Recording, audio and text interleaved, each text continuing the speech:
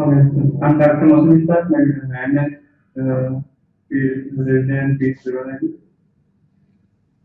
Today my topic of discussion is diagnostic urodynamics, which is study of urology and avoiding function dysfunction of the lower urinary tract. Before proceeding to the topic, uh, objectives. By the end of presentation, inshallah, we all will be able to answer this question like what is urodynamics, overview of the urinary tract, why urodynamics is performed, what are the symptoms of public urodynamics is performed, what are the different types of urodynamic tests, what can help in good urodynamic practice, and why would I need urodynamics. So, what is urodynamics? The study of storage and winding function dysfunction of the lower urinary tract. It is the only objective diagnostic test in which assess a patient suffering from lower urinary tract dysfunction. Urodynamics is a dynamically, constantly changing and patient dependent and is interactive diagnostic study of lower urinary tract, which consists of number of tests that can be used to obtain functional information of the transport, storage, and evacuation of the urine. Urodynamic test is used to establish as clearly as possible the baseline situation so that changes as a result of treatment or growth can be assessed and some guidance can be obtained. Urodynamics has been used for decades, yet level 1 evidence-based indications for its use are limited. In practical terms, urodynamics is most useful when strict legal examination and simple tests are not sufficient to make an accurate diagnosis or initial treatment. So, before as we are discussing the urodynamic diagnostic test, so we are trying to find any pathologies, we are trying to find and find any disease. So before pathology, we should know the physiology, and before physiology, we should know diagnostic. So a small overview of the lower urinary tract. But before that, doctors summarize the role of urodynamics in clinical practice is to identify or rule out factors contributing to the lower urinary tract like urinary incontinence and assess their relative importance to allow a prediction of the possible consequences of the lower urinary tract disease for the upper urinary tract. To allow a prediction for the outcome of a contemplated treatment to confirm the effect of the intervention and to understand the reason for failure of the serious treatment. So just a small overview of the lower anatomy of the urinary tract. The kidneys are there are V-shaped from organs about size of space. They are covered by a renal capsule, which is a tough capsule of a fibrous connective tissue. Adhering to the surface of each kidney are two layers of fat to help patient them. The asymmetry within the abdominal cavity caused by the liver typically results in the right kidney being slightly lower than the left, and left kidney being situated slightly more bigger than the right. And there's some anatomy of the bladder. The bladder is a pear shape becoming more oval as it fills with urine. The kidneys form the urine which passes through the ureter to the bladder. For the storage period of the elimination, the bladder passes into the urethra at the neck of the bladder. The wall of the bladder is composed of three layers: outer layer and inner layer. Outer layer of the loose connective tissue containing the blood and lymphatic vessels, and the middle layer consisting of the mass of the intertidal smooth muscle fibers and elastic tissue. This is called mucosal muscle. And inner which are epithelium and density. The bladder inside is contained in holes which is appear as the bladder fills the urine. So, bladder is a smooth muscle chamber made up of two main parts, the body and the neck. The body Can we just stop at for just a moment? You go back to the previous two slides yes. and the other one. Yes, this one. You see, if you want to study urodynamics, it is divided into two parts. One is the upper tract urodynamic and the other one is the lower tract urodynamics. Now, the upper tract urodynamics is actually concerned with the renal pelvis and ureter, right? Yes. The test which is normally done to assess the upper tract urodynamics is known as the Whittaker test. Yeah, when you go into the details of urodynamics, you will find a little bit about Whittaker, since it is something of a historical consequence, and it has got its own importance once when the radioisotope scan was not used in its fullest capacity. So, what is the meaning of urodynamics? Normally, what happens is there is a dynamic motion, and that dynamic motion propels the urine from the renal pelvis down into the bladder and then out through the urethra. So, this whole tract, which starts from the renal pelvis into the ureter, coming into the bladder, and going out through the urethra, is a tubal structure which is slightly flattened upwards in the renal pelvis, becomes a tubular in the form of a ureter, becomes a globular shaped structure in the form of a bladder, and again becomes a tube when it enters into the urethra. But this whole anatomy is actually under the activity of a pacemaker in the renal pelvis that generates a peristaltic wave which propels the urine downwards. Now, there is an interplay between the smooth muscle activity and the uh, certain striated muscles, which are actually the sphincters, for instance, the external sphincter, that makes this continence mechanism working in a proper manner. Proper manner means whenever you want to micturate, the bladder contracts, but when it contracts, the sphincter has to be in a relaxed position so that urine can come out of the urethra. If there is a incoordination between bladder contraction and sphincter relaxation, proper act of micturition will not occur. So, if you want to study the whole process into a dynamic motion, then you have to study urodynamics.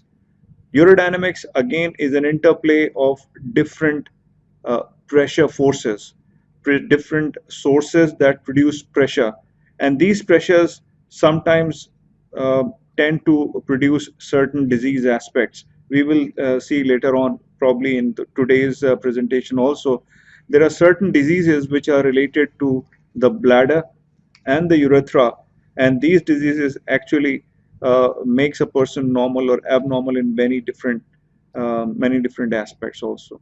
So by all means, what we study now in this presentation is lower tract urodynamics, which means bladder down below, bladder and urethra, in consequence with certain muscular structures which form the pelvic diaphragm and the external sphincter. Yes, please proceed. So the blood is smooth muscle chamber made up of two parts, the body and the neck. The body in which the urine is collected. The smooth muscle of blood cell power uterus muscle can increase the pressure in the bladder when contracted up to 40 to 60 mm area of the muscle. Thus, contraction of the uterus muscle is a major step in emptying of the bladder. Rest of the smooth muscle fuse together to allow an electrical potential to spread to the uterus muscle. Tritone is the lowermost affect is the region where it open into the posterior urethra and a two ureters inside the bladder. The neck, which is the funnel-shaped extension of the body, lower part of the bladder, neck is also called as posterior urethra because of its relation. Its wall composed of uterus muscle is integrated with large amount of elastic tissue. The muscle in this area is called the internal sphincter, which is under control of the urology and another system, hypoglycemic nerve, and can control the urination. Urethra passes through a layer of voluntary skeletal muscle called the external sphincter, which is under control of the voluntary nervous system, sphincter nerve, and can control the urination. How does the lower urinary tract urinary work? All human babies are born incontinent. The bladder simply fills and empties by the section. At around the age of 2 to 3 years, the brain becomes able to inhibit the reflex and child is able to learn to control the bladder. This stage of development is really able to potty training. As a general rule, it is considered to be normal by an adult to go to the toilet to pass urine around 6 times a day and get up once at night. The bladder can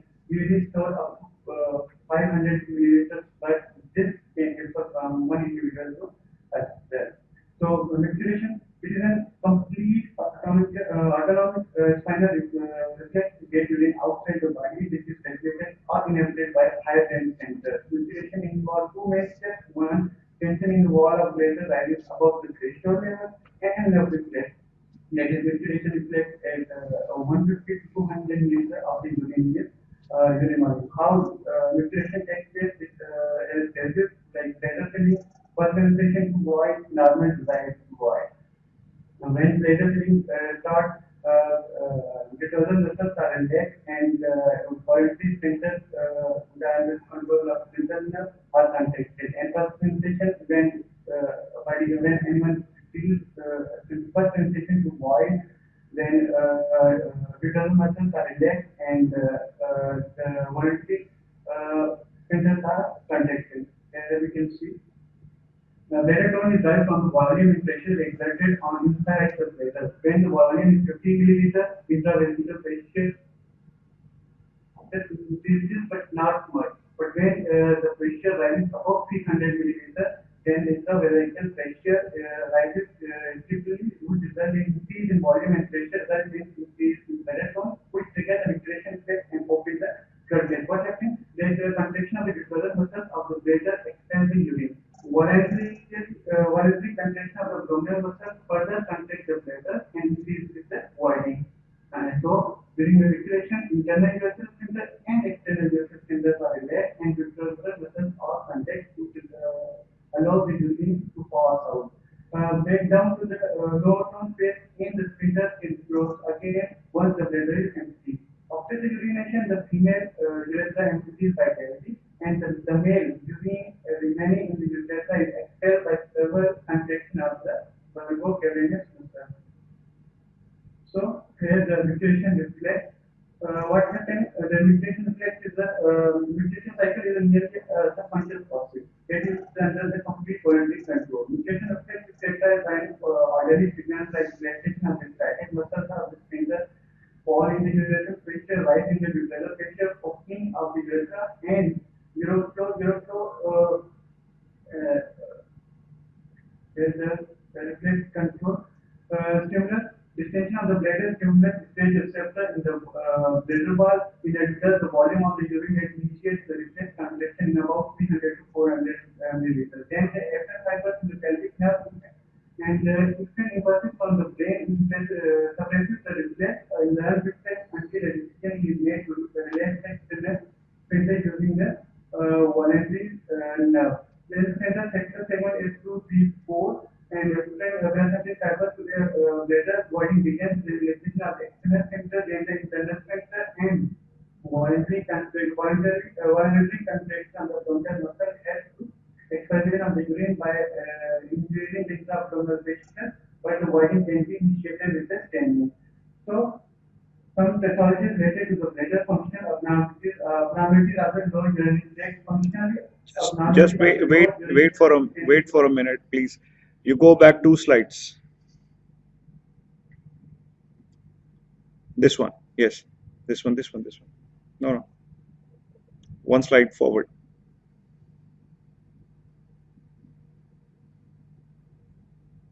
Click one more time. Yes, this one. You see, there is one thing that is missing in this slide. Conceptually, what happens is the micturition reflex arc, which is actually at the spinal level, is controlled by higher center, and the higher center resides in the pons. There are 2 types of nuclei in the pons. One is the lateral pontine nuclei, and the other one is the median pontine nuclei. The median pontine nuclei is actually concerned with micturition.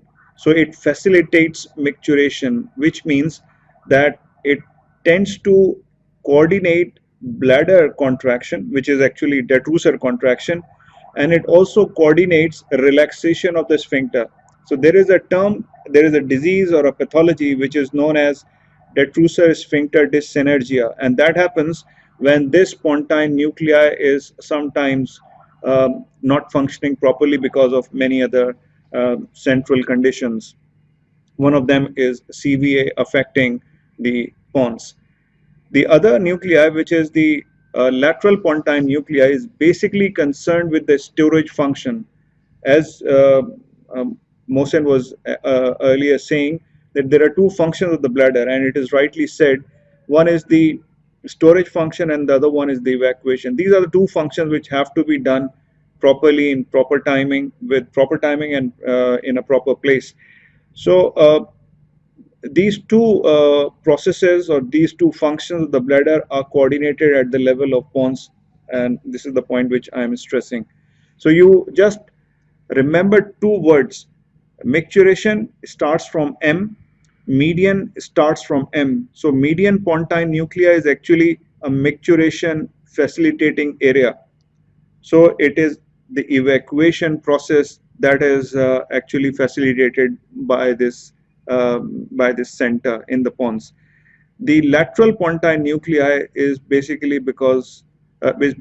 concerned with evacuation, and that is, as I've said earlier on, related with something not with evacuation but with storage. So you have to just reverse the whole process, which the median pontine nuclei is actually coordinating.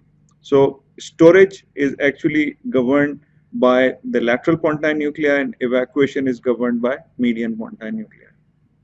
Yes, please proceed.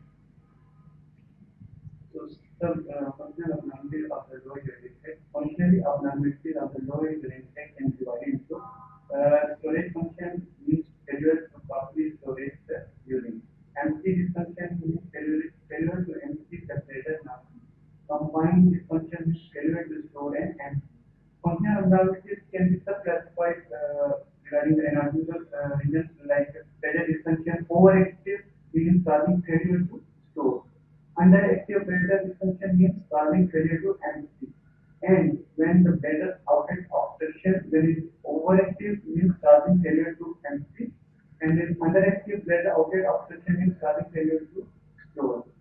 Continuous stress incontinence is the complaint of the involuntary leakage, effort or exertion or sneezing or coughing, or incontinence is complaint of involuntary leakage, complaint or immediate visited by the urgency takes complaint of involuntary leakage associated with urgency in output with effort, exertion, sneezing and coughing.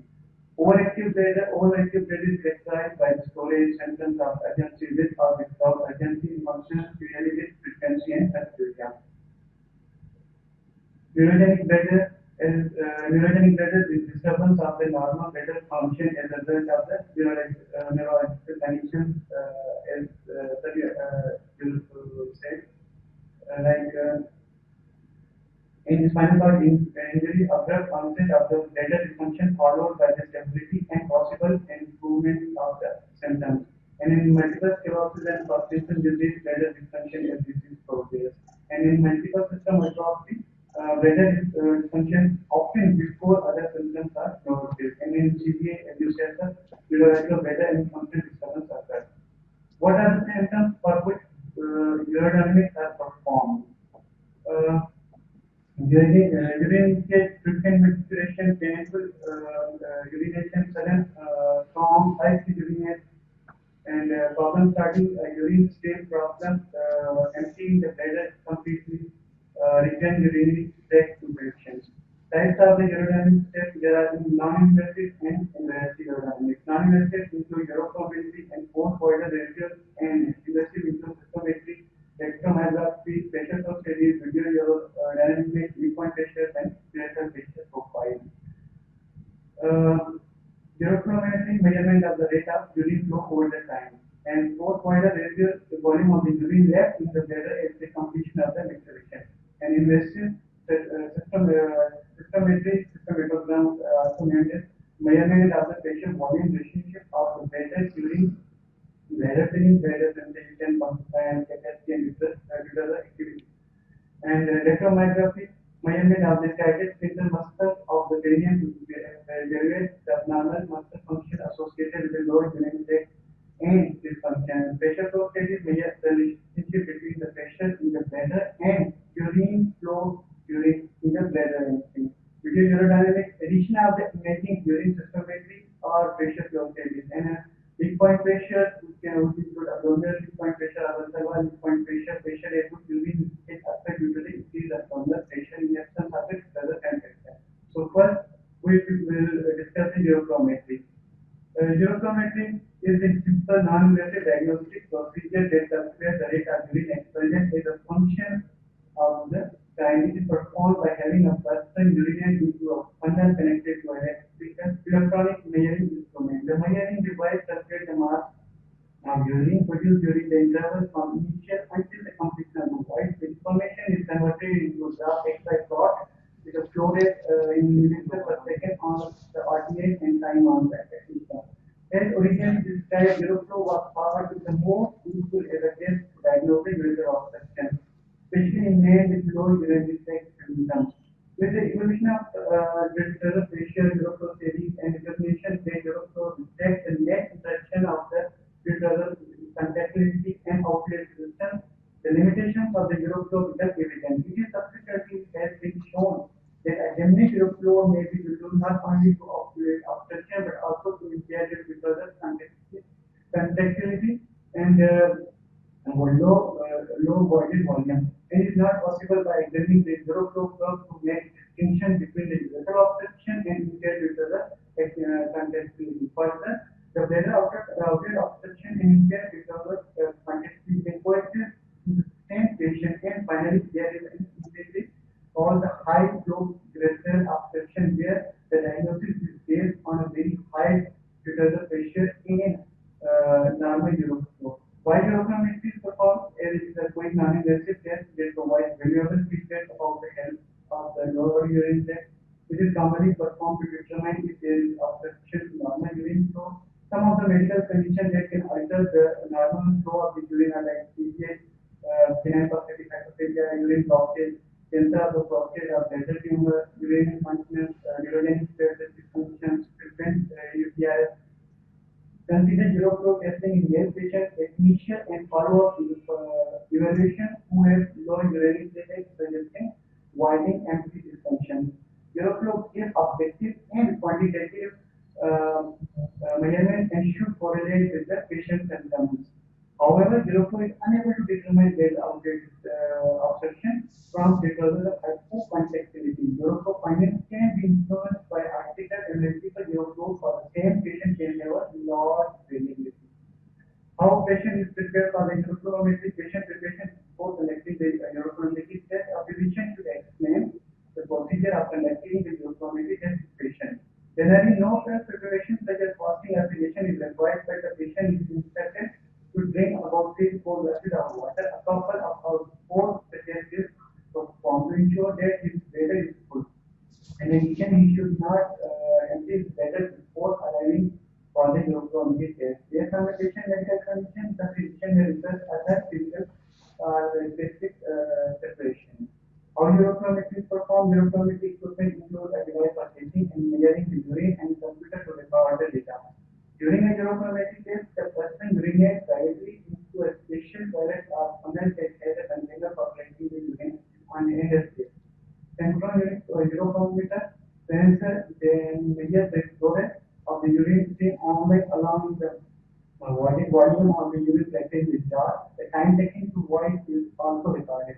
This information is then converted into a graph along with the certain calculated Euroflow parameter that shows when the Euroflow rate is highest and how many seconds it takes to there.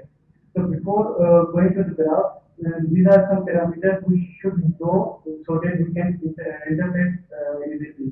Urine flow rate and define that the volume of the fluid expelled by urethra per unit time. It is expressed in milliliters per second. Euroflow is described in terms of its pattern and rate. The pattern may be continuous or intermittent. The continuous flow curve is one in which the entire respiration is completed when the flow rate drops to zero for the first time after the onset of flow. The pattern is further described as a smooth arc-shaped curve or fluctuating when there are multiple peaks during the period of the continuous urine flow. Interrupted flow is one in which 2 or more curves fall to zero flow before the end of the micturition. The flow pattern can be further described as normal ratio or standard. Maximum flow rate is the maximum measured flow value of the flow rate after correction of the aortic curve. Average flow rate is voided volume divided by the flow time.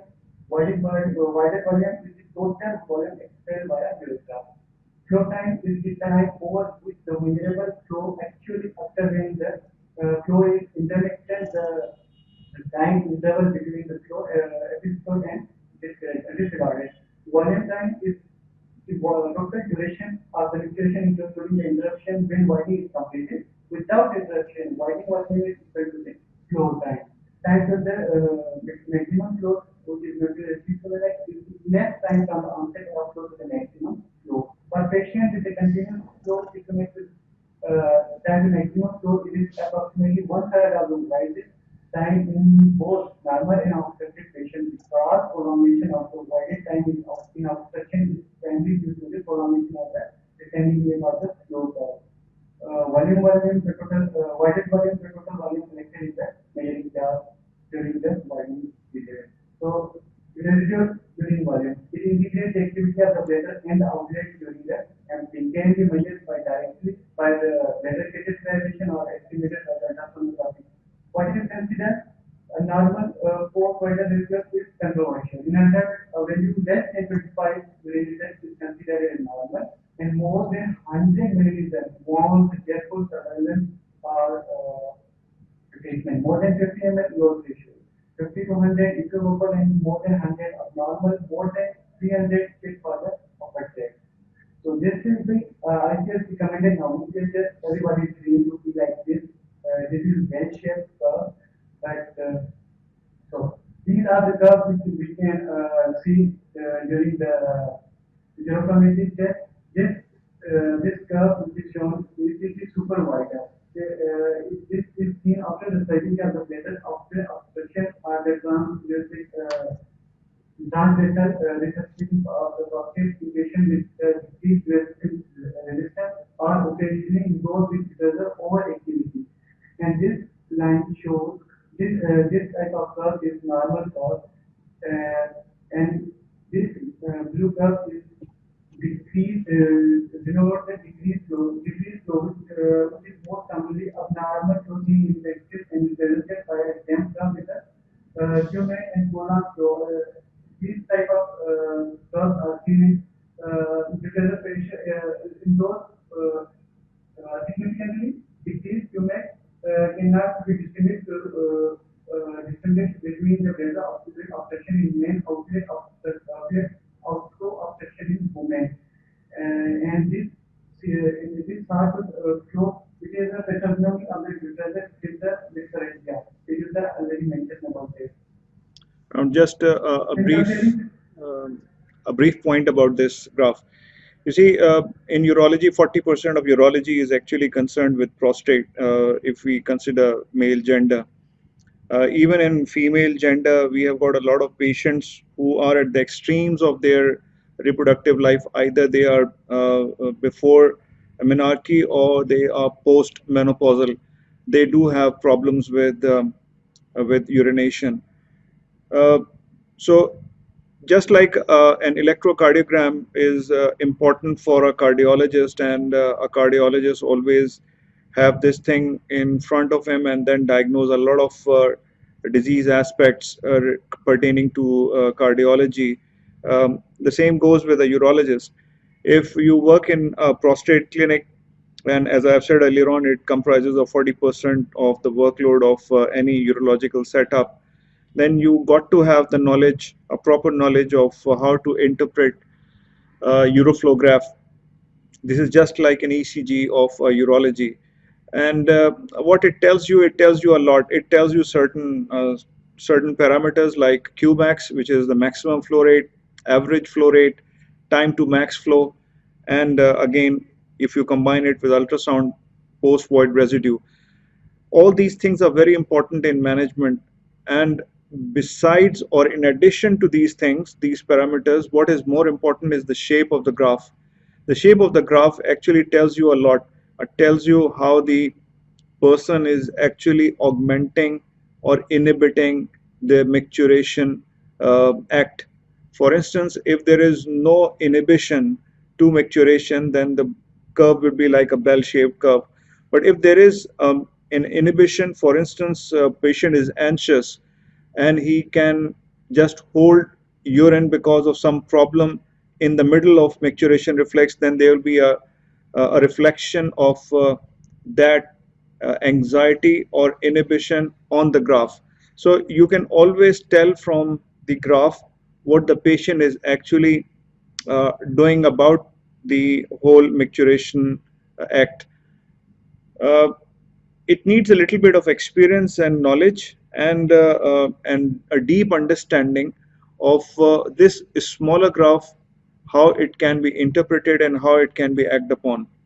To start with, if you take just two things, one is the maximum flow rate, which should be between 15 ml per minute to 25 ml per minute in an otherwise healthy normal between an age of 40 to 60 years, then this can be taken as normal.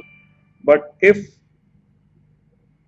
the maximum flow rate is less than 15 ml per second, then you can think of a lot of things. For instance, there might be stricture, there might be an obstruction to urine flow below the bladder, which if the person has got an age of 45 years and more than 45 years, then there might be an enlarged prostate which is obstructing the passage of urine.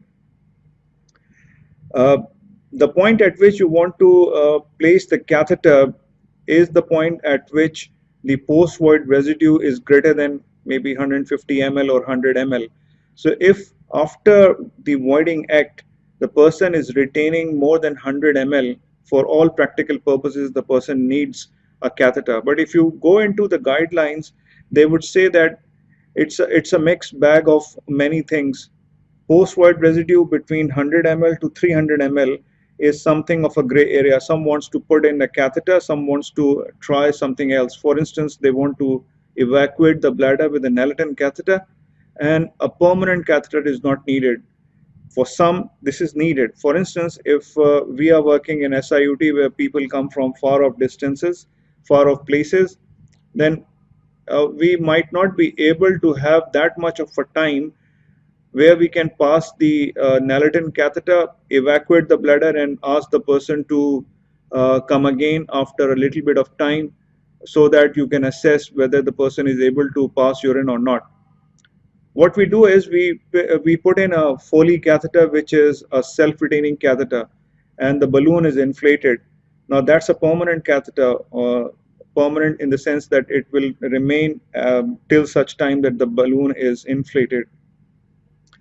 Now, for us, we don't have the luxury of seeing our patients again and again within 24 hours. Uh, if we see a patient once, then that patient will come to you after maybe 3 days or maybe 7 days. So it's better to practice within the confines of whatever the facilities and the community in which you are working, the facilities available. So this is very important to understand from the urodynamic aspect. Uroflowmetry is the first and the foremost urodynamic examination that one does.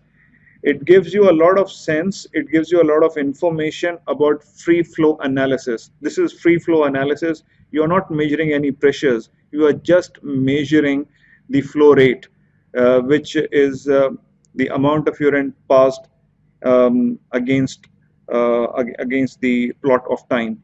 So this is something which has to be looked into when we take into consideration the topic of BPH. We'll see later on also. Yes, please proceed. So in comparing flow rate, giving individuals from one time to another, whether for the purpose of evaluating the treatment of chronic injury condition, anything proposed is the rate should be standard for volume. Volume flow rate, nomograms has been considered in this regard. Its number of nomograms has been published, but the Chomsky and Liverpool nomograms are more commonly utilized. The primary caveat in interpreting the Euroflow is to make sure that the flow even closely approximates the real voiding even for the patient. Normal continuous flow pattern, there are some the normal continuous Euroflow in this diagram. It is a normal Euroflow. And in here we can see the normal Euroflow, but the pattern is continuous and the curve is fluctuating. And in this diagram, we can see the normal flow pattern is continuous and the curve is very slightly fluctuating. And here we can see the normal flow pattern is continuous and the curve is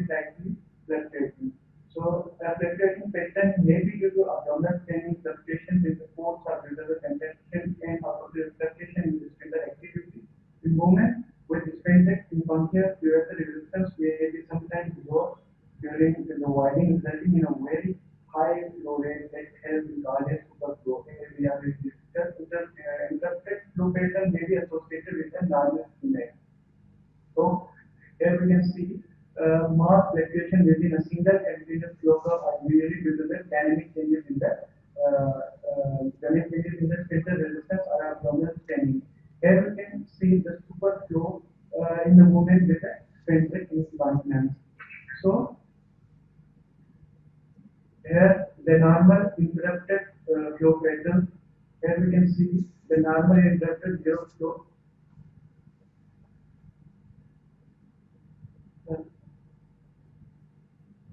So here, computer generated reports of the maximum flow rate should always be correlated with the actual testing and correlated for the artigraph. The transient slightly increase in flow due to the accidentally varying the flow may be erroneously reported as improvement in the computer generated report. It is well documented that improvement is dependent. The parts are on the value volume. General improvement increases with the vital volume, but at higher rate, volume improvement tends to fall and greater volume less than 150 milliliters, zero flow is inactivate. So here the computer generated report rate improvement which is 40 milliliters per second. On visual inspection, the flow curve, it is obvious that it is artigraph shaded volume, shaded over likely due to the mechanical joining of the flow meter. Urethral obstruction and impaired uterus contextually both result in a heavy flow rate and present curve, but there are no characteristics of the uroflow curve that allow one to make distinction between the two. So here, the inpatient with the urethral obstruction or impaired uterus contextuality. Here we can see the two uroflow placing with approximately the same numerical value and flow pattern, one due to the urethral obstruction and here we can see it is due to the impaired uterus contextuality. Patient with either fixed intravesical obstruction or impaired uterus contextuality many fail to avoid leading excessive spike in the flow pattern despite overall hemorrhage flow rate. Usual cause of the urethral obstruction in a male after transurethral resection of the prostate in case of the patient having undergone augmentation, cystoplasty or neobladder formation. Widening may occur with staining and simultaneous pelvic floor laxation using a pattern of alternating peaks and thus during the flow rate. So here we can see the flow rate is a 55-year-old who complained that it is flow flat of his liver and 1 month after the transurethral recessive prostate obstruction, it showed normal initial flow with diminish to a descending slope. Here we can see in this diagram this interrupted uroflow was seen in men who underwent hysterectomy and neobladder because of invasive bladder cancer.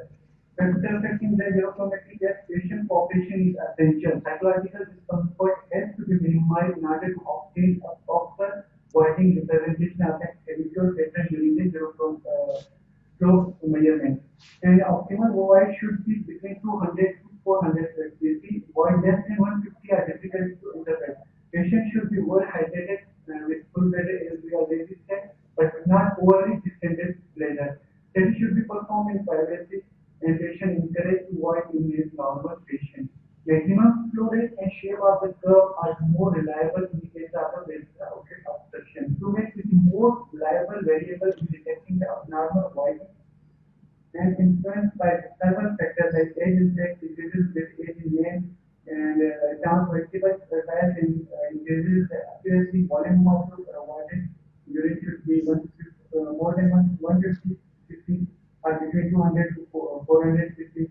Uroflow and bladder outlet obstruction in general that test alone is insufficient. Mohsin, just a minute, Mohsin. Just a minute, Mohsin. Somebody wants to say something here. Noman, you want to raise a question? Sir, this is the part of the uroflow. Because we had the flow material from before. Yeah. What is the role of urodynamics in identifying the obstruction? And how can we differentiate between the urethral stricture and the planetary tactic? after seeing the uroflowmetry skill? You see, first, um, first point should be clear in our mind, and this is the point number one. The point number one is uroflowmetry is the first step or the initial test in the whole group of urodynamic tests. There are many different urodynamic tests which we'll see later on.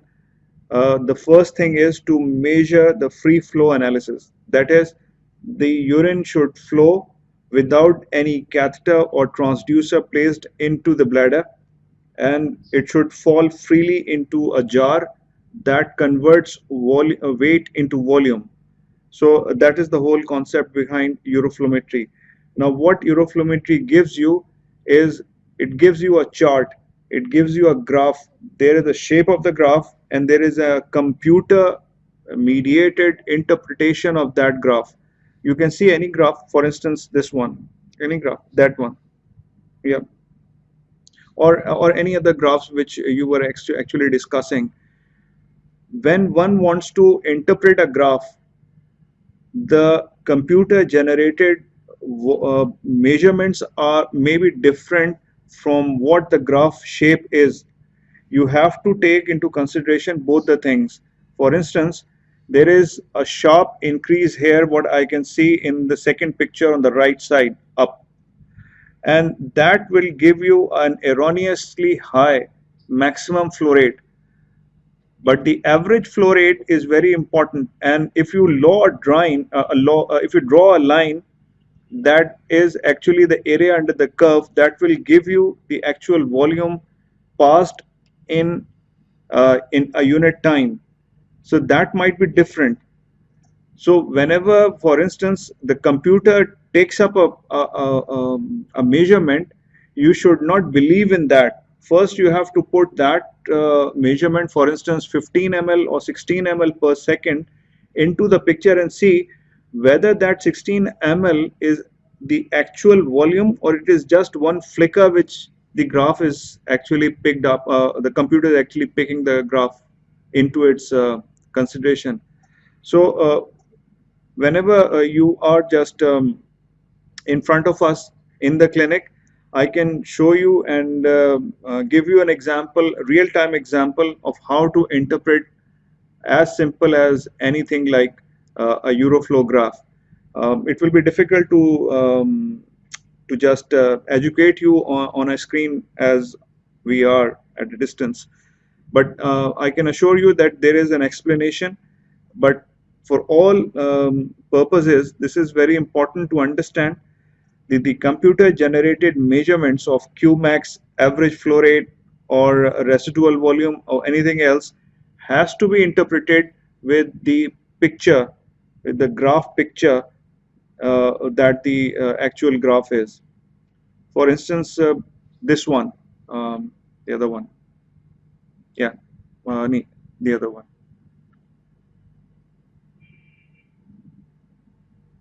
Yes, this one, the upper one. You see, the in the very early part of the micturition act, after probably 1 or 2 seconds, there is a sharp increase in urine, in urine flow, and it reaches probably, for instance, if 1 square is equal to 5 ml per second, then there are 10 ml per second, probably less than 15 ml. 14 ml per second might be the figure which the machine will give you as Qmax, but this is not the Qmax, because maybe 1/3 of volume of urine is flowing in the first 30 seconds, but the rest of the period is passing a lot of urine on a bigger time scale. So if I want to interpret, is there has to be something which the person is passing in an initial phase, a little bit of urine with good maximum flow, but the rest of the phase of urination is quite prolonged. So I have to check the lower tract. Probably there is some stricture, because the whole tract seems to be narrowed down and it is not completely empty. There are drops of urine coming down and down and down. and the whole micturition act is of a very long duration. So there has to be some obstruction. Either this is a stricture if the age of the patient suits it, or there is some other cause, probably prostate. So if you interpret the second graph, which is the lower one, it is something of an interrupted sort of picture. Maybe Qmax is different because Qmax will be like 5, 10, 12. 12 ml per second is the Qmax, which is on the second crest, third crest of the graph. But the actual volume is passed if you draw a line so that every crest is taken into account. It is not more than 5 ml per second. You get my point, or it is difficult? Yes, sir. I got it. Some. Yes, yes. So it is very interesting, but has to be interpreted in front of the patient also, and with the history, proper history in front of us. Thank you. We'll go into the details later also. So, so here are some of the jobs, like the normal flow curve, decrease maximum flow and prolong voided decrease in an condition. Right. Here, interpreting here the prolonged time to the maximum flow and the decreased maximum flow rate is seen in the better plate. Box like here in second chapter, it is box like pattern with low flow rate typically due to the urethral structure. Here we can see in intermittent flow curve, AC is abdominal training without detergent contraction, extremely high maximum flow rate and free body volume as seen in better test systems. So now I will start systometric. Systometric study is done to determine the size of bladder and how well it functions. Systematic studies are also called as systematogram. The procedure measures how much to your bladder can hold, how full it is when it begin start feel the need to urinate, and the presence of this ranging flow. Systometry or systematogram helps to describe the left chamber of the urologist. It is not only the bladder biopsy, special volume decision of the bladder is measured, but it is also an interactive process which permits the examination of the motor and sensory functions. It is used to assess the user activity, sensation, latency, compliance, and control of the administration process. Before starting the systematogram, the examiner should have access to the patient history, whether status to both provider results received. Measurement of the interventional bladder pressure during the bladder play used to assess the bladder sensation, capacity, compliance, user activity, bladder access by trans or really bilateral failure with tube. Filling medium either as clear or liquid, but liquid systematry is more physiologic. Ideally, filling should be performed in the semi position, leading to bladder filling either by dialysis or filling through catheter. Filling is slow up to 10 milliliter per minute physiological and medium is 10 to 100 milliliter per minute and fast is 4 to 100 milliliter per minute. Children and patients with known bladder hyperactivity require low or slow fill rate. Reference points here in the other synthesis figure. All systems should be zero in atmospheric pressure, low and lower should be present. Why do we need systematic study? Bladder dysfunction can have a significant effect on the quality of life. Systematic studies help to measure the bladder capacity and function. This it helps to identify specific problems and to recommend treatment that will improve stability behavior with normal daily activities. Bladder problems including overactive bladder, reduced bladder capacity, and incomplete and part inability to empty bladder completely can occur with the pregnancy. They can also occur with variety of conditions like UTI, spinal cord injury, bacterial prostatitis, like prostate infections from the gland, cytophagia, neurological disease, and so. Systematogram should be performed in patients with relevant neurological conditions like spinal cord injury or endometriosis and other areas of the upper leg impairment. With or without symptoms, systematogram should be performed at initial assessment and follow-up when appropriate. Systematogram will assess compliance because of overactivity, anesthesia, hypodyslexia to help body management. Systematogram cystoscopy provides diagnostic, therapeutic, and prognostic information for the patient in radiography or spinal cord injury.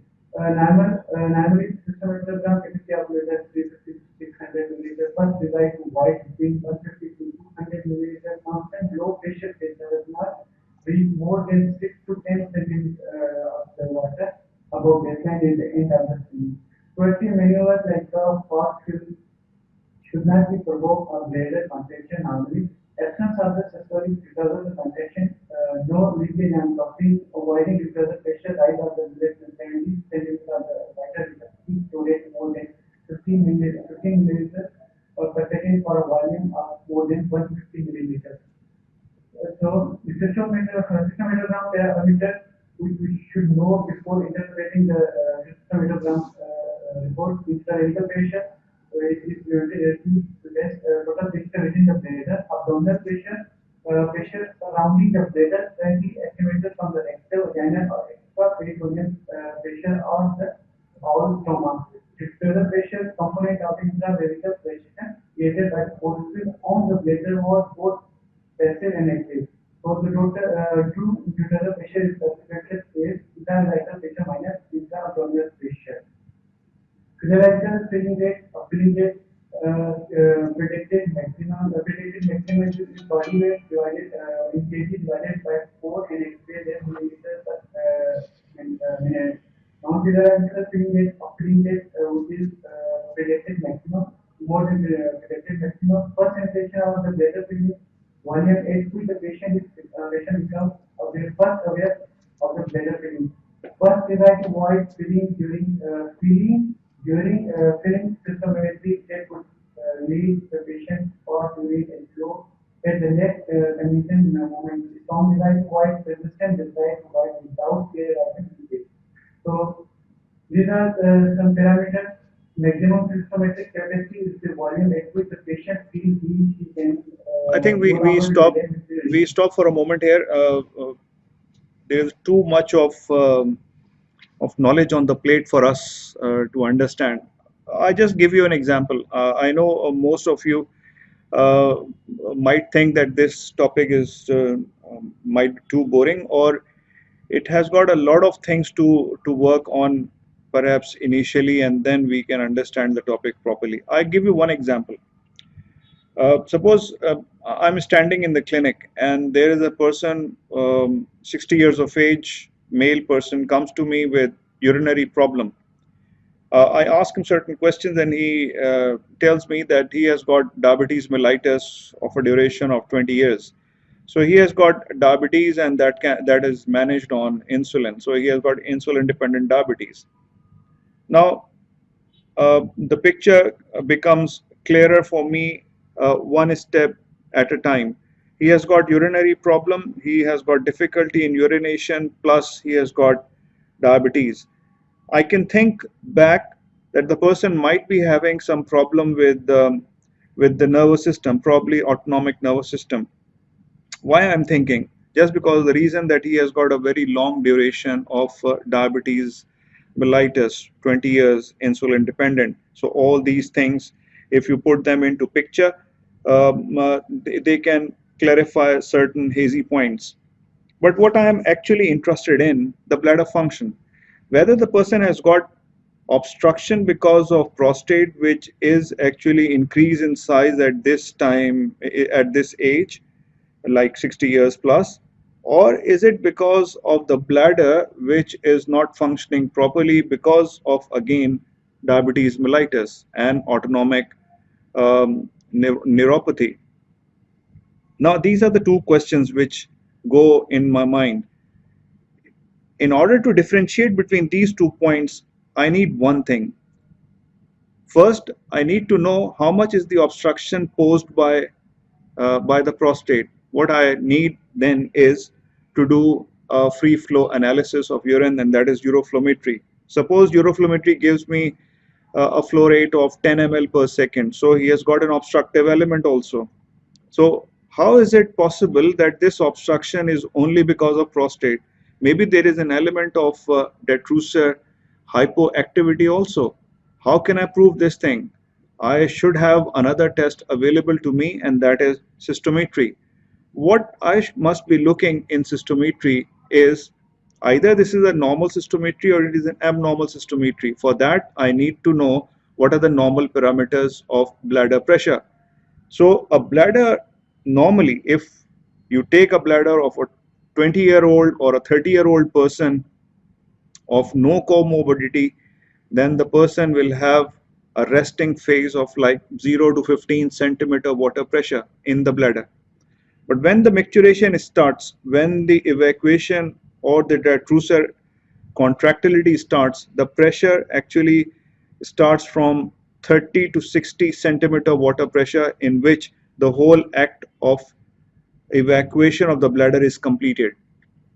So if I know the normal values, which is like 30 to 60 centimeter water, then I am actually wanting to know what the cystometric pressure of the bladder of this patient having a history of 20 years of diabetes and an obstructive element is, whether this is hypoactive or it is something else or it is normal.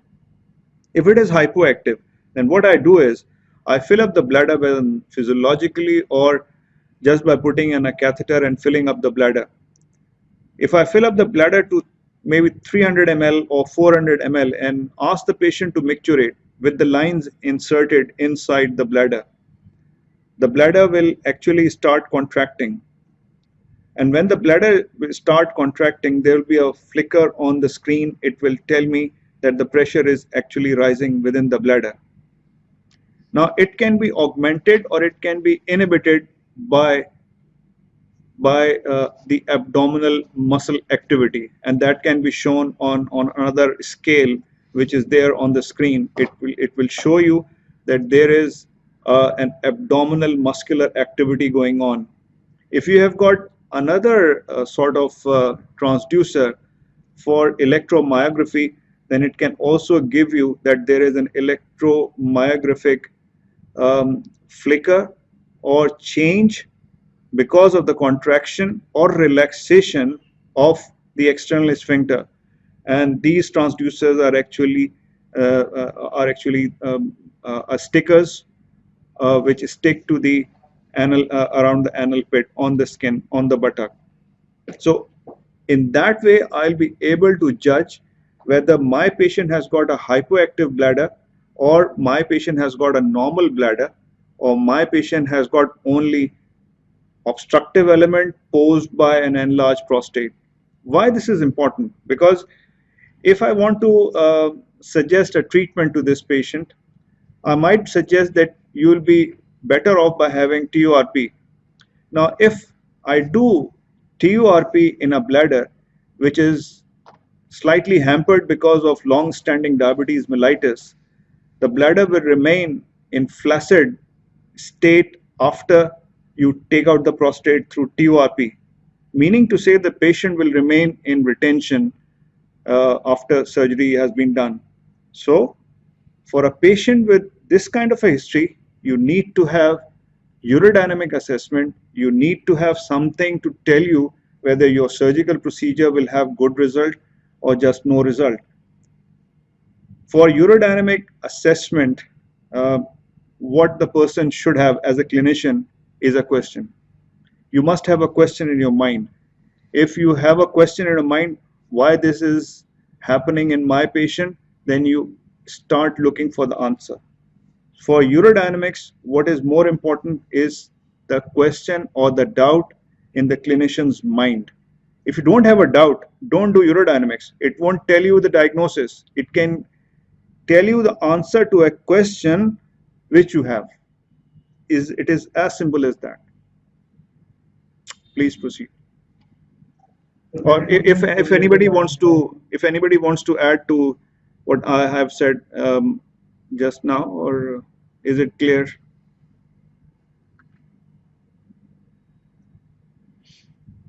Noman, Faizan, anybody else? It is well explained by you. The vast of that, but if the patient is having a diabetes for a long time when he is continuing to anti-diabetic for circulating insulin. But now he is having benign pancreatic hypertension. We should go for urodynamics first if we have if we go in mind that there is diabetes the diabetic uropathy, diabetic uropathy. We should go first for TURP.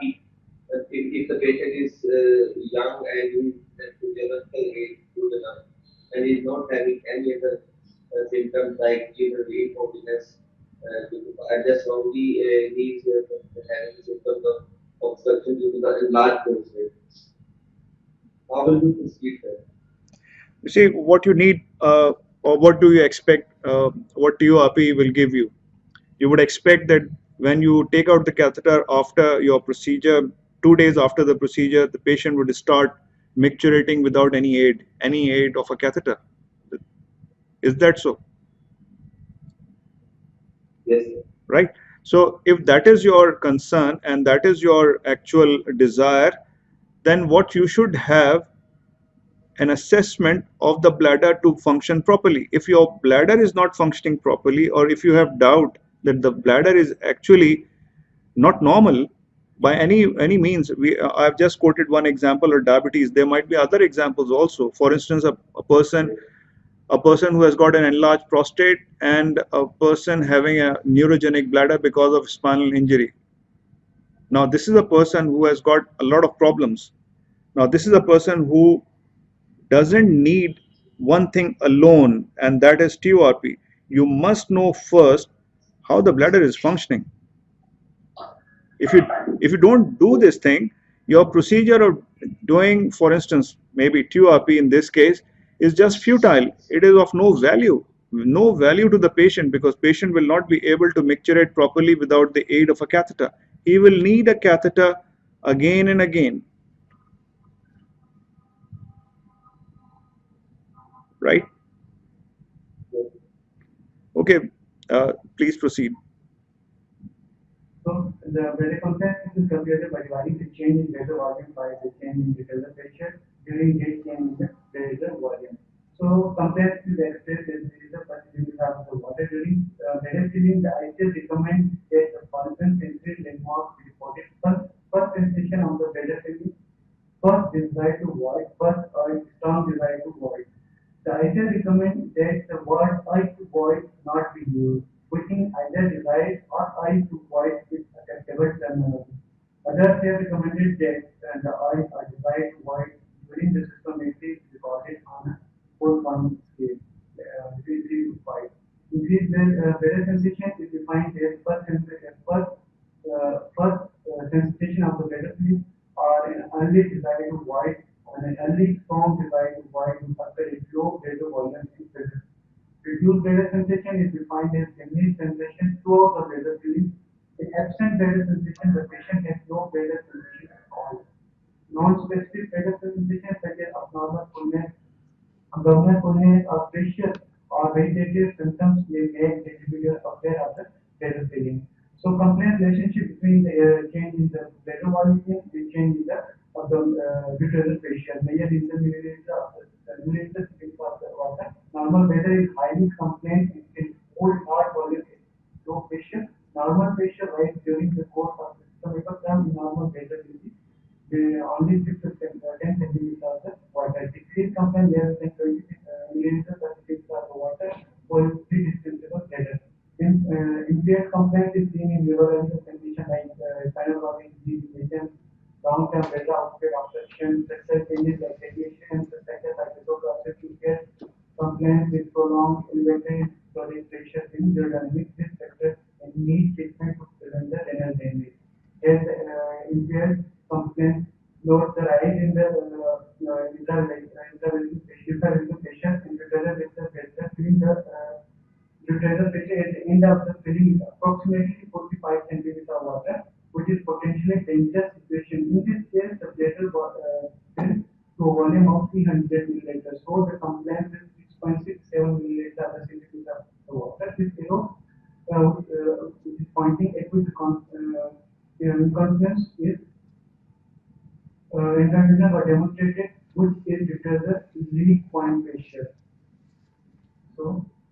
Normal uterine function allows the bladder filling with little or no change in facial, no involuntary contractions occur despite provocation due to the overactivity in the generic term. It denotes involuntary due to the contraction.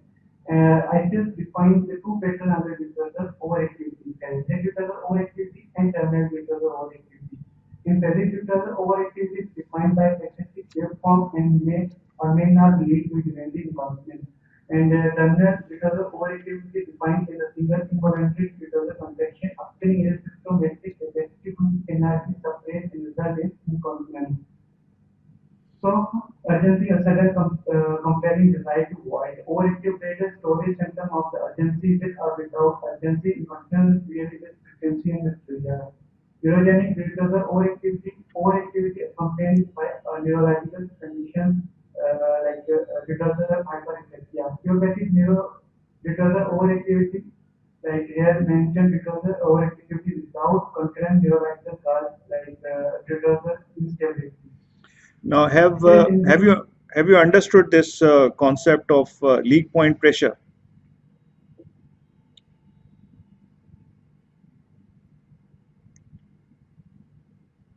Noman?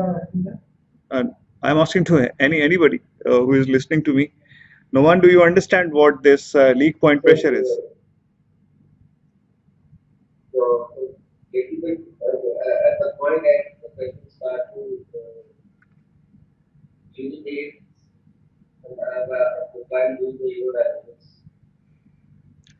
Very simple. You see, for all things in science, one thing is very common, and that is common sense, right?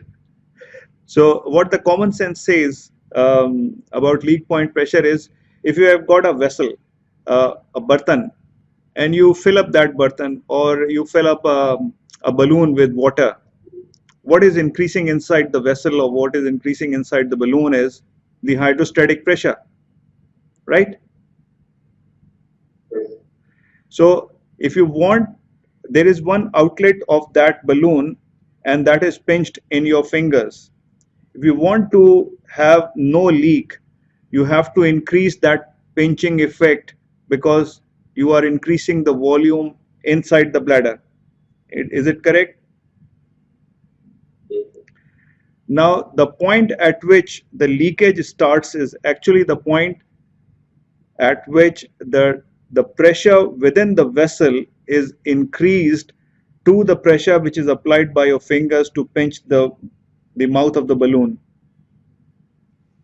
So that is known as the leak point pressure.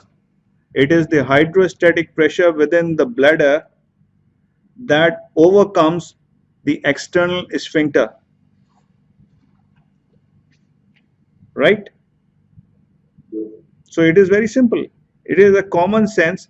You all, for urology, and particularly this subject of urodynamics, you have to imagine a lot.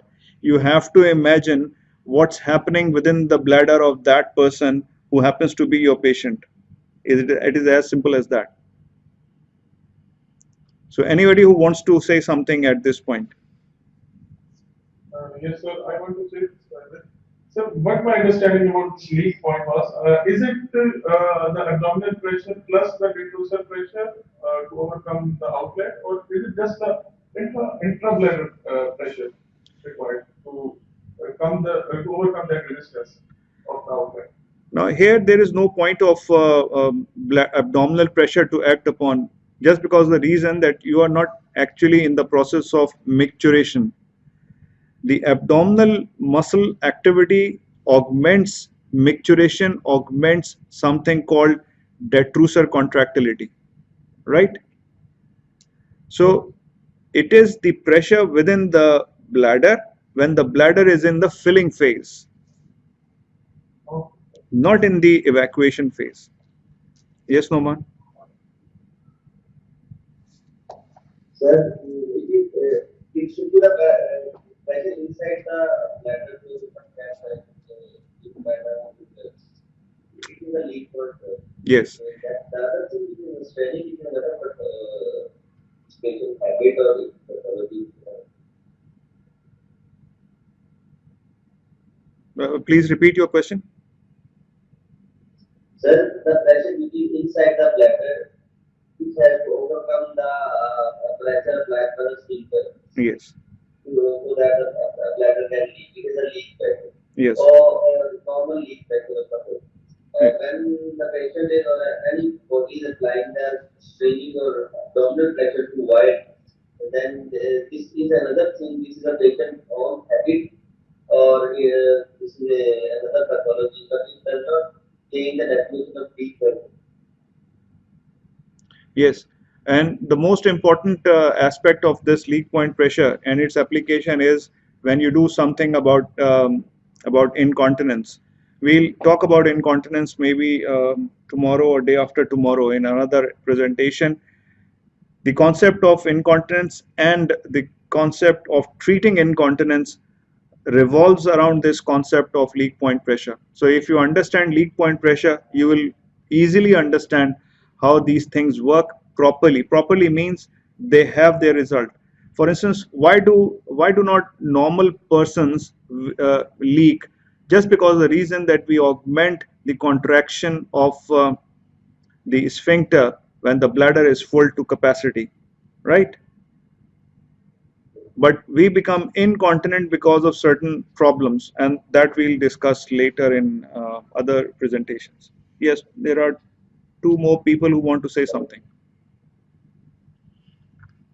So it means in the slide showing this the abdominal leak pressure point and retrocessor leak point pressure is the same thing. Yes, We should. yes. Okay. You first understand the concept, and then the terminologies will always slightly differ.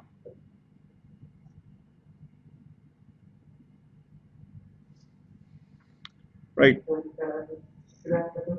Noman, you want to say something now? So, sir, after this slide, Okay. Right. So please proceed. So, as you said, leak point pressure, two distinct type of leak point pressure can be measured in incontinence patient, abdominal leak point pressure and uterine leak point pressure. So, the leak point pressure is defined as intra-vesical pressure equal to the leakage occur as a result of the increased abdominal pressure in the absence of the uterine contraction. Abdominal leak point pressure is a measure of the sphincter strength or the ability of the sphincter to resist the change in the abdominal pressure. This measure of the intrinsic ureteral function is applicable to patient with chest incontinence. There is no normal abdominal leak point pressure because patient without chest incontinence will not need any physiological abdominal pressure.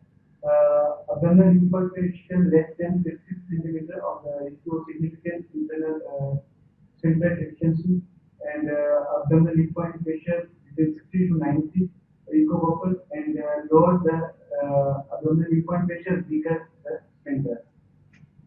And the term abdominal leak point pressure has been used interchangeably with the vertebral leak point pressure. However, this is not entirely correct.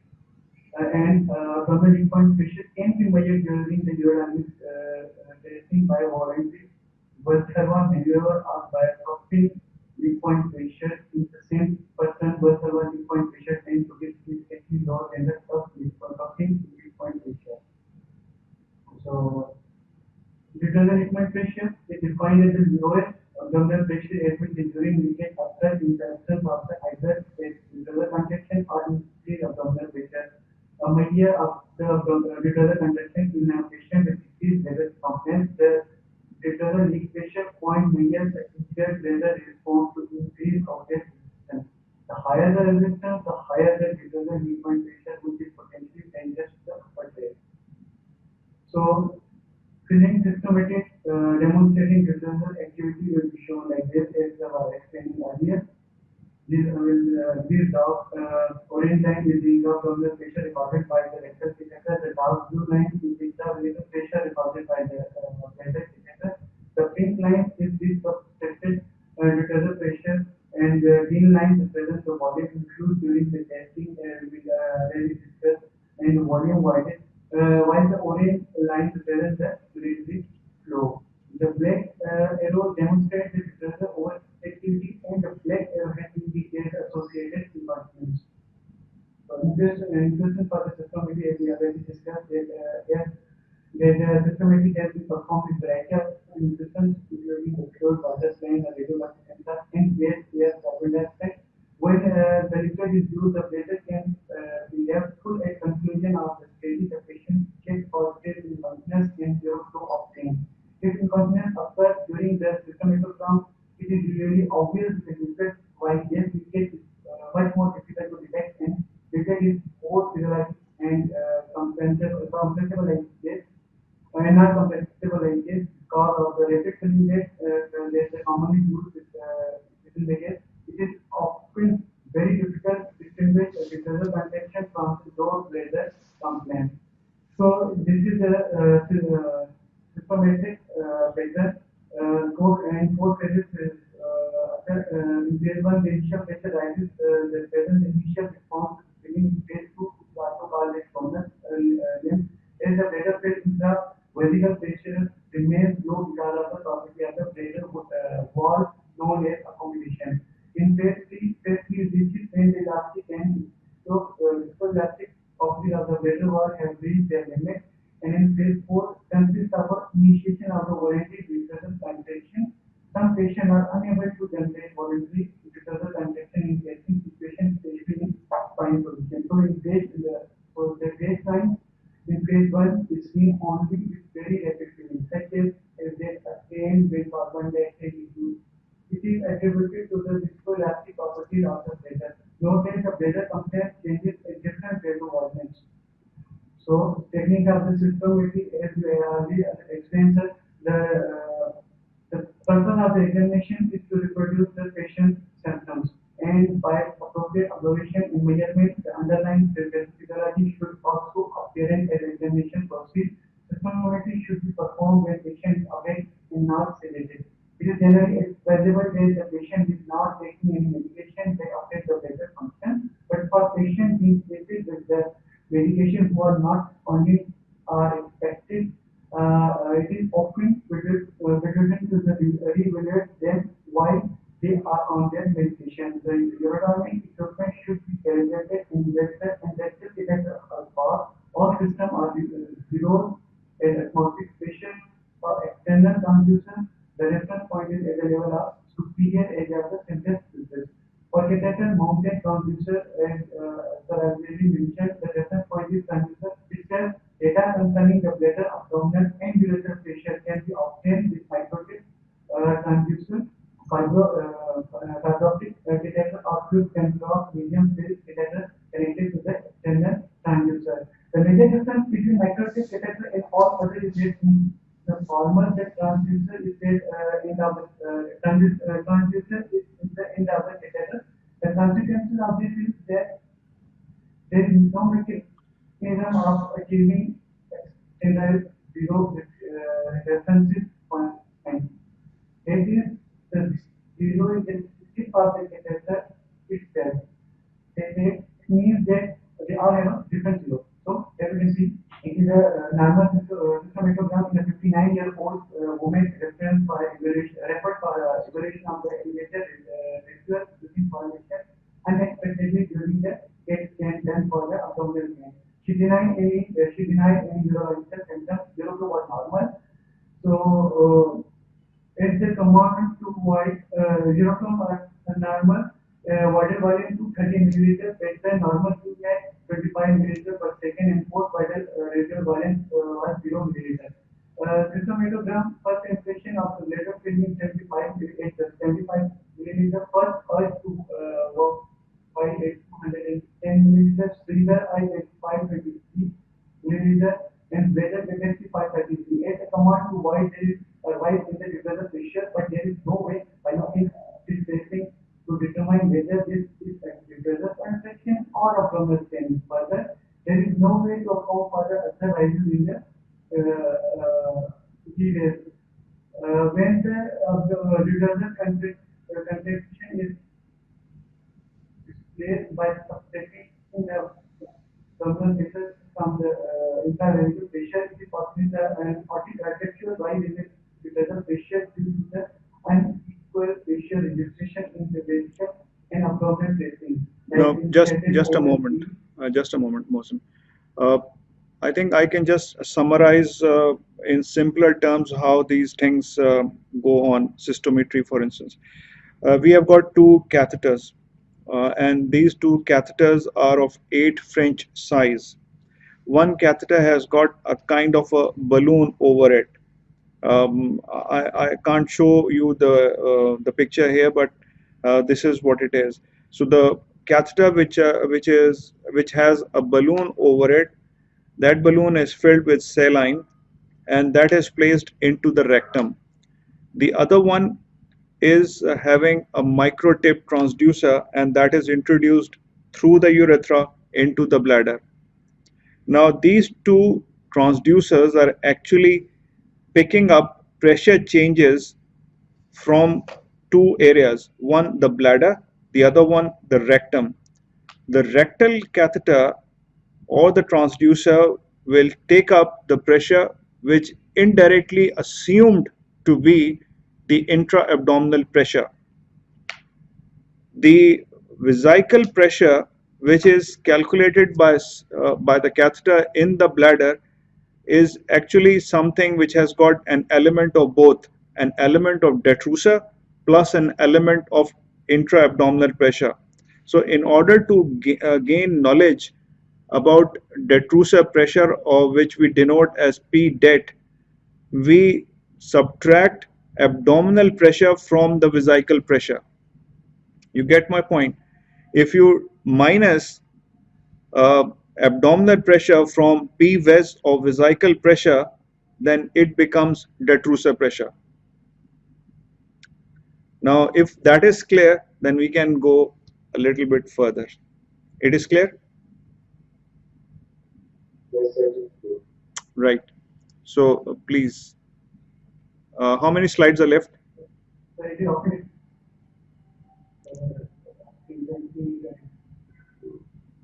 Mohsen? How many slides are left? 32. 2022. Right. Okay. Please proceed.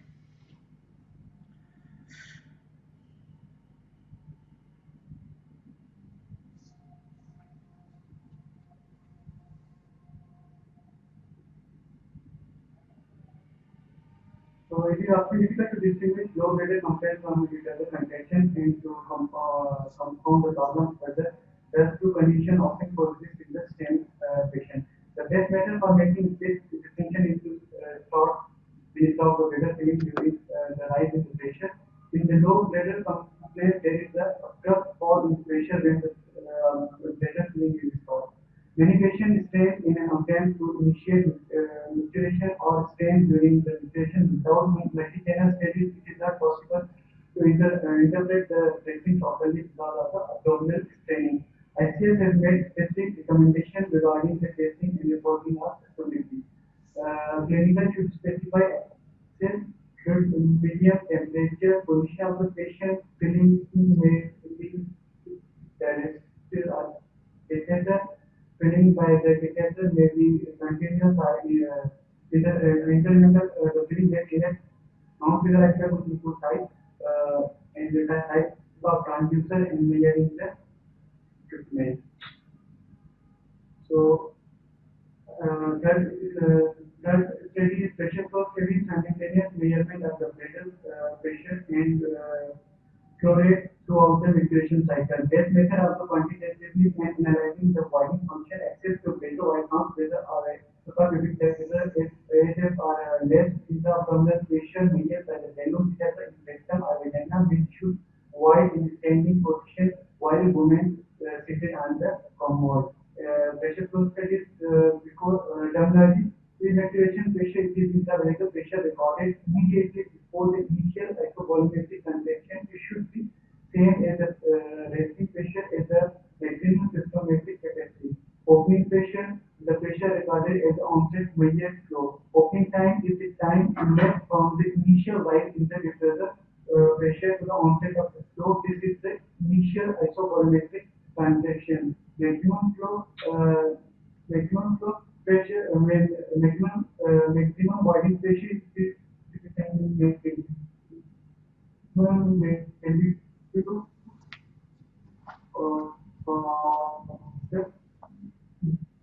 ideal pressure in the void.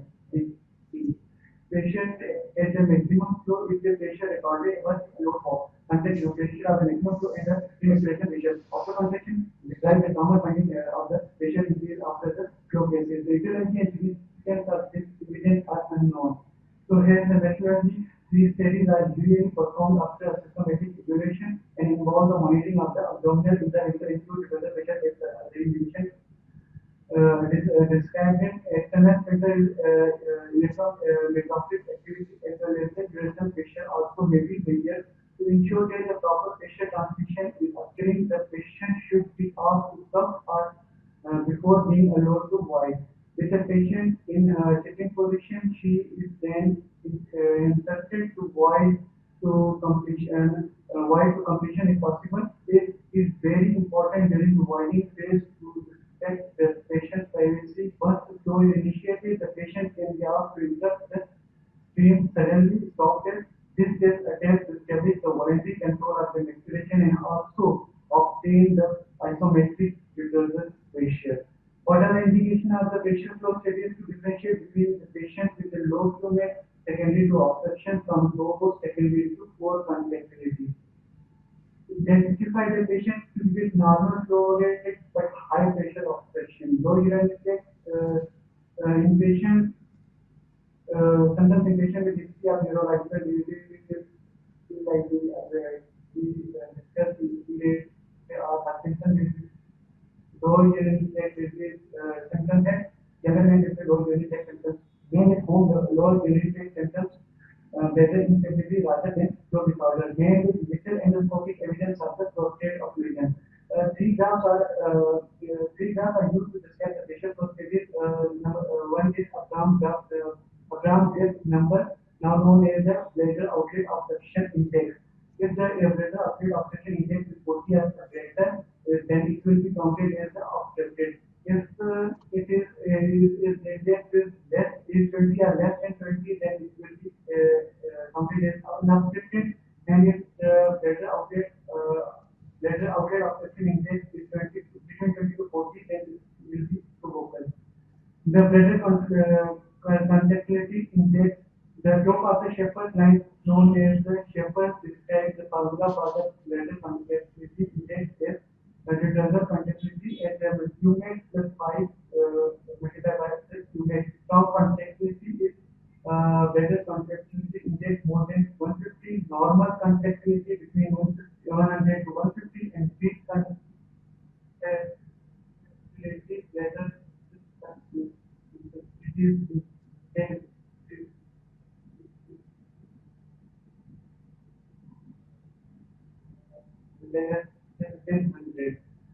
pressure flow studies for men binaural urinary and from or the bladder outlet index because these will grossly underestimate the female bladder outlet obstruction. Lower pressure than the men and therefore respond dramatically. Bladder outlet obstruction movement is not being well established. This is an area of current future research. Rather than men, as we already discussed, the pressure flow studies should be performed in men with low urinary sex with invasive treatment to determine if obstruction is present. Number 4 is visual urodynamics. The spontaneous measure and display of the urodynamic parameter with radiographic visualization of the lower urinary tract is, in our judgment, the most precise diagnostic tool for the evaluating and disturbance of the respiration. In this study, radiographic control is used as infusion for cystometry and for the urodynamic parameters, including the abdominal pressure, uroflow, and sphincter electromyography recorded as well. By measuring the multiple urodynamic variables, one gains a better insight into the underlying pathophysiology. Moreover, since all the variables are visualized simultaneously, one can better appreciate the interrelationship and identify patterns of the graph. Indicate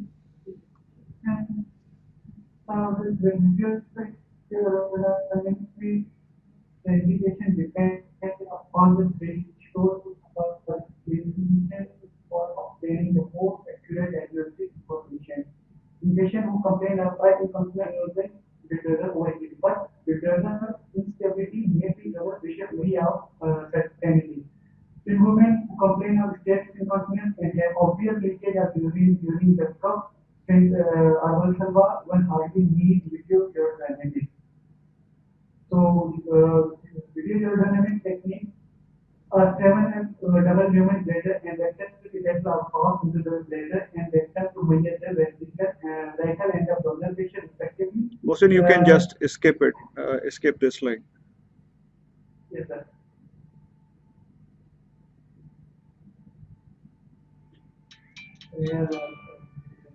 Electromyography uses special sensor to measure the electrical activity of the muscle and nerve in around the bladder and the center. The sensor are placed on the skin near the urethra and the thumb are on the urethra.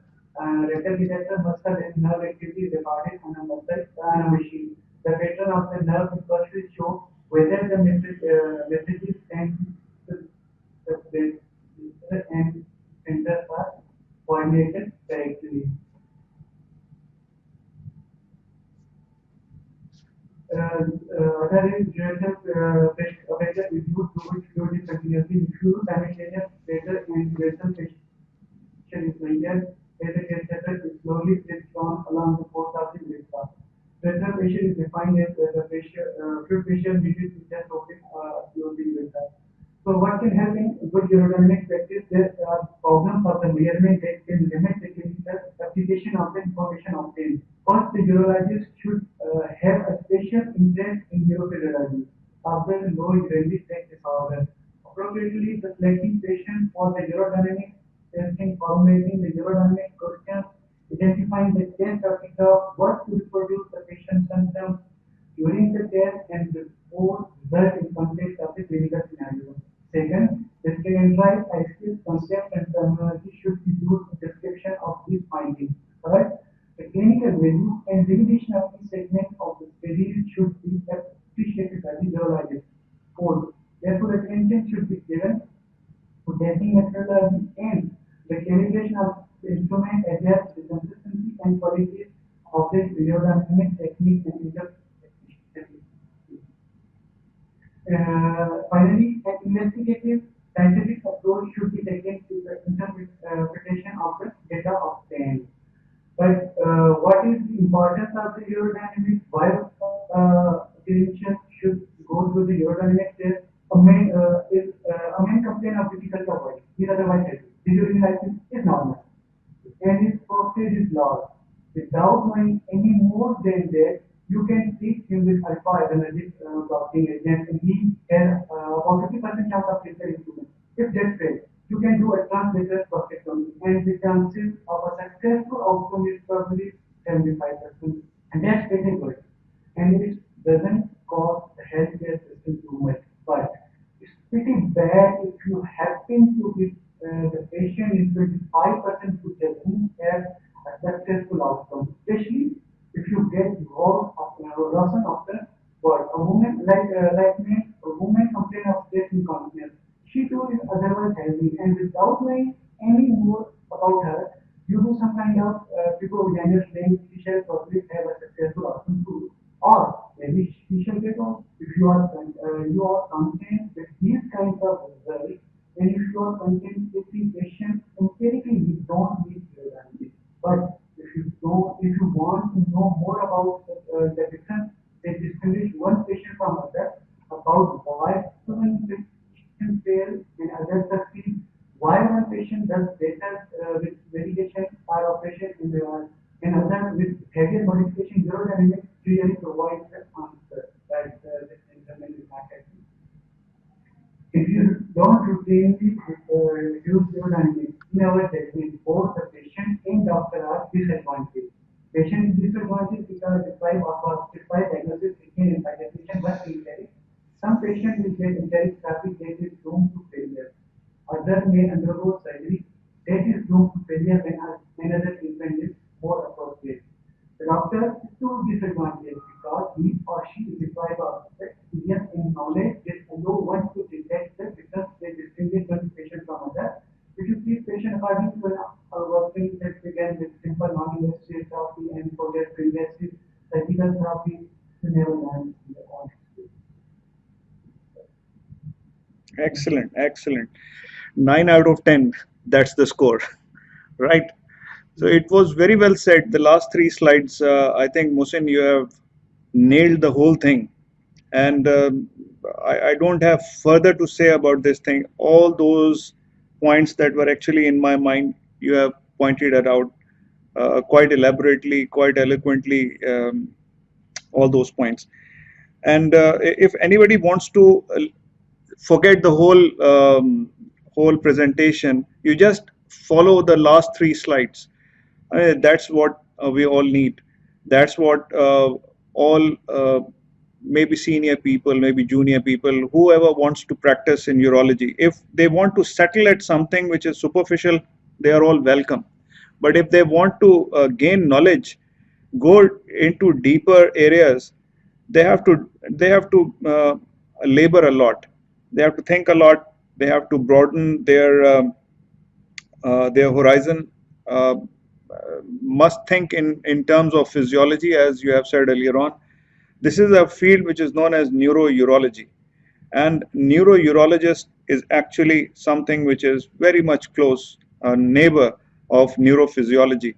So it is very exciting, and if it excites you, then you go into that field. If it doesn't excite you, no matter what you do, it will never excite you because you don't have that kind of a response. So this is a stimulus, and for every stimulus there has to be a response. Sometimes there is no response.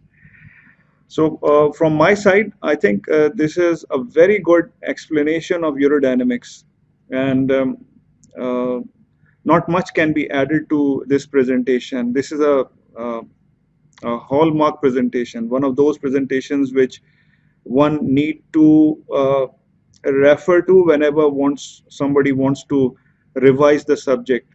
So Mohsen, you just keep this presentation with you in some archive form, so that whenever there is an exam, you just go through all these slides. This is just a summary of everything written in the textbook, right? So congratulations. Congratulations. No problem. ये तो खैर कोई ऐसी बात नहीं. Right. So I think today we have exhausted a lot. A very good presentation. Again, we'll meet not tomorrow, but on Saturday, and then I think there are 5 more presentations to go, and then we'll have a discussion, right? If anybody wants to say anything, okay. So, Bafes.